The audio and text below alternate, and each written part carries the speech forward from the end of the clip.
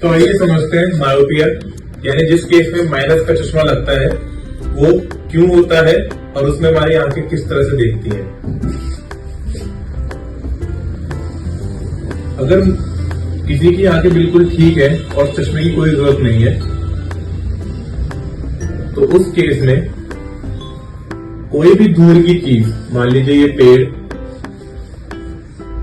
से आने वाली लाइट रेज सबसे पहले मेरे कॉर्निया पे टकराएंगी। यहां से वो लाइट रेज थोड़ी सी बेंड होंगी, फिर आंख के अंदर मौजूद मेरे लेंस पे टकराएंगी।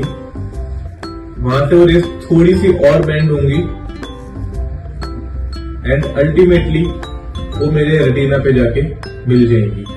इस कंडीशन में मुझे दूर की चीजें एकदम साफ दिखाई देंगी।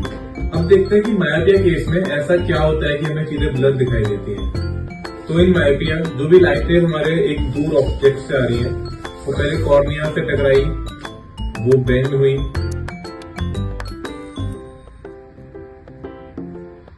फिर लेंस से टकराई और बेंड हुई।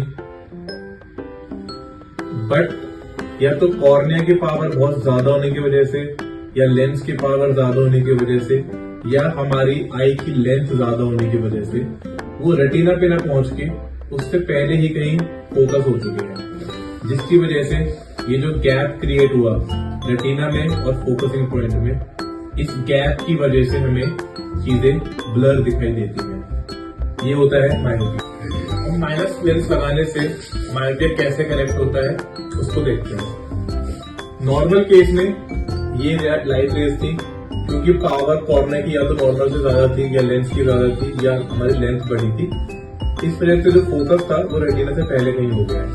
तो हमारा टारगेट है इस फोकस को वापस पे यहाँ लेके आना।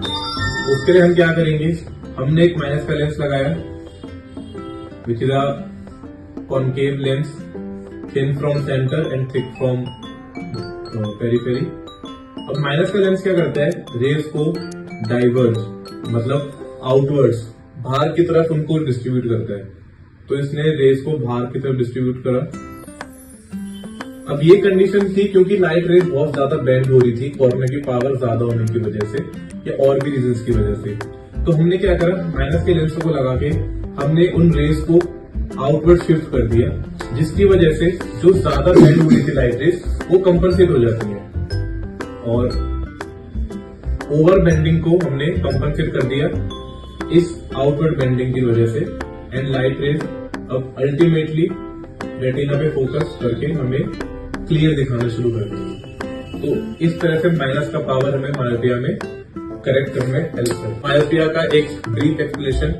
अगर आपके कोई भी डाउट्स हो you can ask in comment section and in next video मैं आपको बताऊंगा हाइपरमेट्रोपिया यानी प्लस का पावर किस केस में आता है एंड उसको कैसे करेक्ट करा जाता है। Thank you.